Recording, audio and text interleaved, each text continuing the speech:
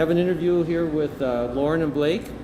And Blake is at Auburn, and Lauren is her mom, and we're at the 214s NIFA SafeCon competition in Dublin, Ohio.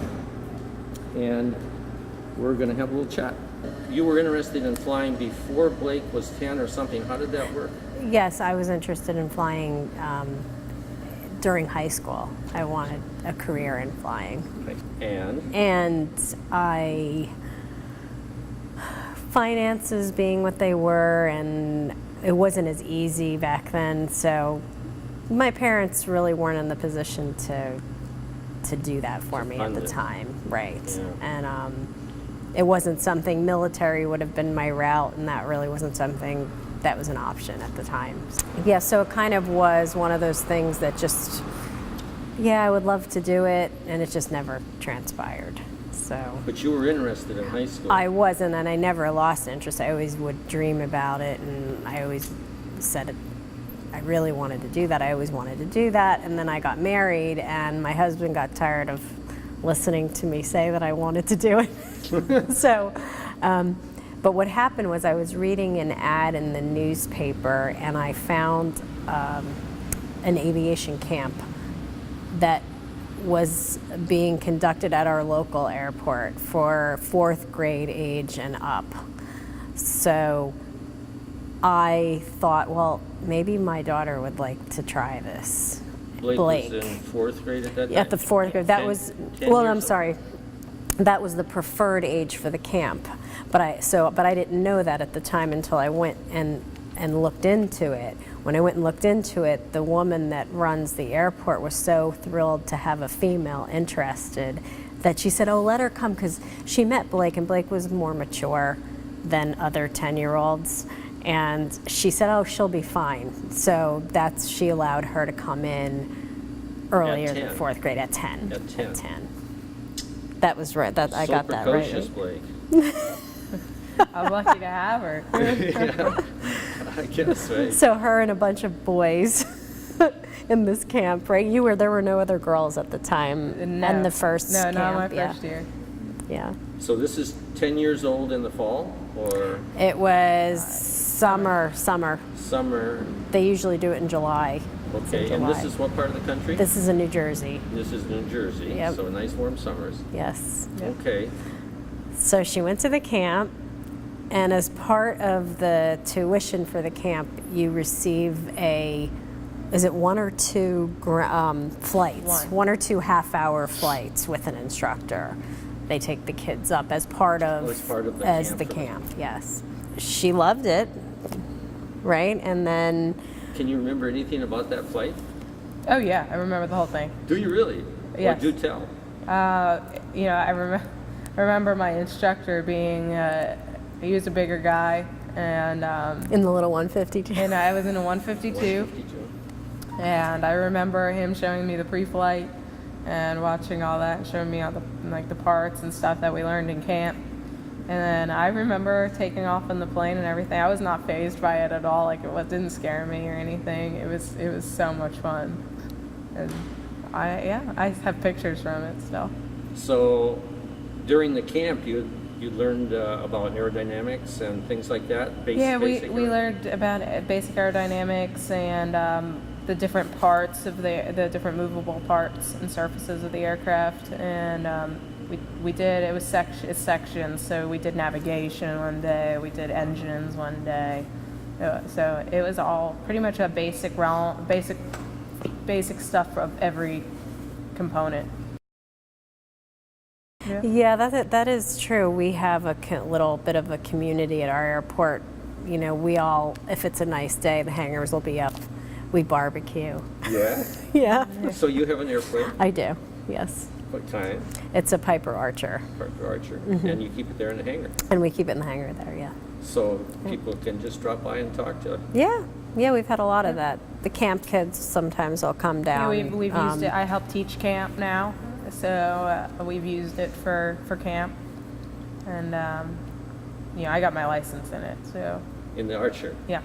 So, okay, so we will go through camp, 10 years old. Yeah, and Mom doesn't have the airplane at this point. No. No, I don't have, at that point, did not. So in taking her to the camp, now I'm starting to really think, I really, really wanted to do this. I really wanted to fly. And so then at that point, is that when my husband said, I think he was tired of hearing me talk about this. He said, why don't we do it? You know, we have the means to be able, for you to be able to do it now. So why don't you just go do it? So So you started learning I how. started flying, taking lessons. So how did this work between the two of you now? You started learning how to fly, then did She started learning how to fly, and I was obviously still too young, regulation-wise, to solo. So We kind of, then she ended up going, she repeated camp like 3 times, right? Did you go to camp 3 times? And I would have her fly maybe once every, do you remember how often we would fly back then? every Maybe other month. every other month. Okay. And she was really wanting to do it. And then when I started taking lessons, then I think it became a little bit of a, you used to get upset. It was hard for It me was hard. because I wasn't able to do it. I wasn't able to go through with it. So she got her license, and then we got the Archer, and then I transitioned into the Archer and flew that for my training.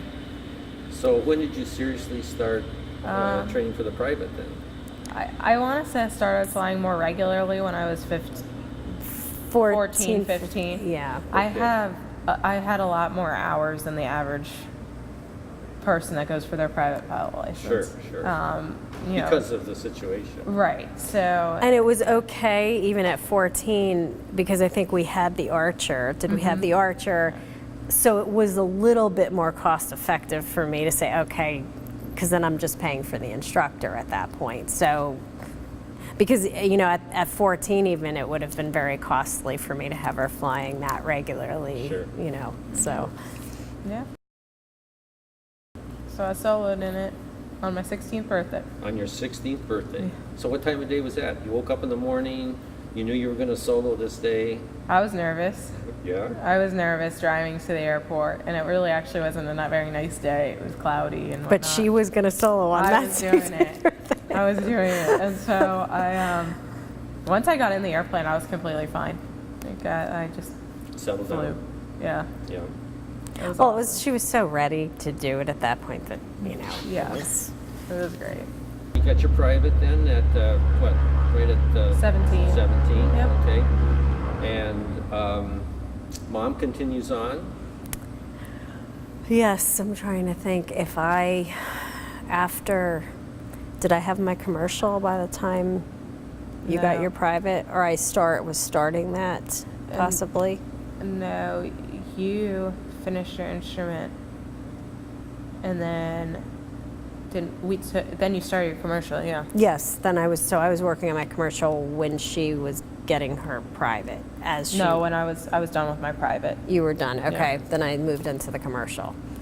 Then I went to school. I went to Auburn Yeah, then she went to Auburn. Right. and finished my did my instrument rating with Auburn. Okay. How did you choose Auburn? So it was research through the internet though. Yes. And then the chance contact with this person Yes. that knew that Yeah. Auburn had this program. Blake has just been elected to be the Student representative for NIFA. student representative for NIFA. She was just, we didn't get that on tape yesterday, but it happened just yesterday. Yeah. So bring us to today or yesterday when you got elected through these 4 years that got you to this point. You know, I when I entered college and I knew I wanted to go to an aviation program, I had been researching and saw that there was such a thing as a flight team. And so at that point, I knew that's what I wanted to do. I wanted a school that had that too. So when I went to Auburn, I started working on my instrument rating, and then got involved with the team, and finished my instrument. Ended up going home and did my commercial because I had the hours to meet that minimum. So I just got that done. Did an internship with United Airlines in between there, and then started working on my CFI down at Auburn for a while. So I did my CFI at Auburn, and still then was elected president of the team. So I've been president of the team now for 2 years, and I've been an officer for 3. And know, I love NIFA. I love the competitions, and so I was really excited to get that position yesterday. And then, you know, it's been a big year. I won the Candy Cubic Award in a couple weeks ago for what that award is basically it's top female collegiate pilot in the nation. Congratulations, Blake. Thank you. So that was really exciting because that has to do with NIFA too, and how you compete. So, Sure. yeah. So we're a thoroughbred war eagle now, and we're graduating soon. I'm graduating in the spring of 2015. Graduating in the spring next year. And so what's the future looking like? What are you planning for the future? You know, I'd like to stay in the aviation industry in a marketing sense.